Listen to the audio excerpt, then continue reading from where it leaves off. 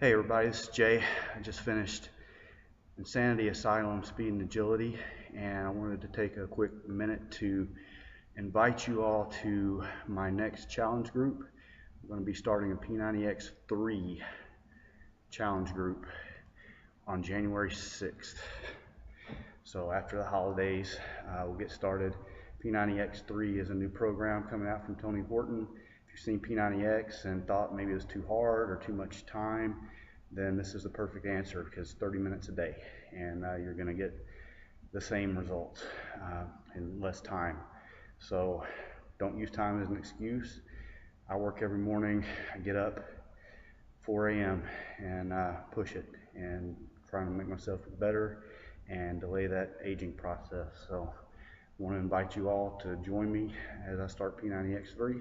So message me and I'll give you the details on how to get started. Thanks. Talk to you later.